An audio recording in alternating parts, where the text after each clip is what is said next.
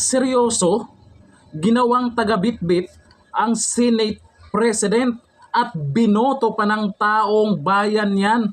Taga-bitbit ng presidente.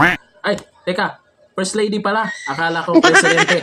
Nako, ang sabi ng karamihan, Chis Escudero, Senador, tiisin mo raw yan. Ginusto mo yan eh.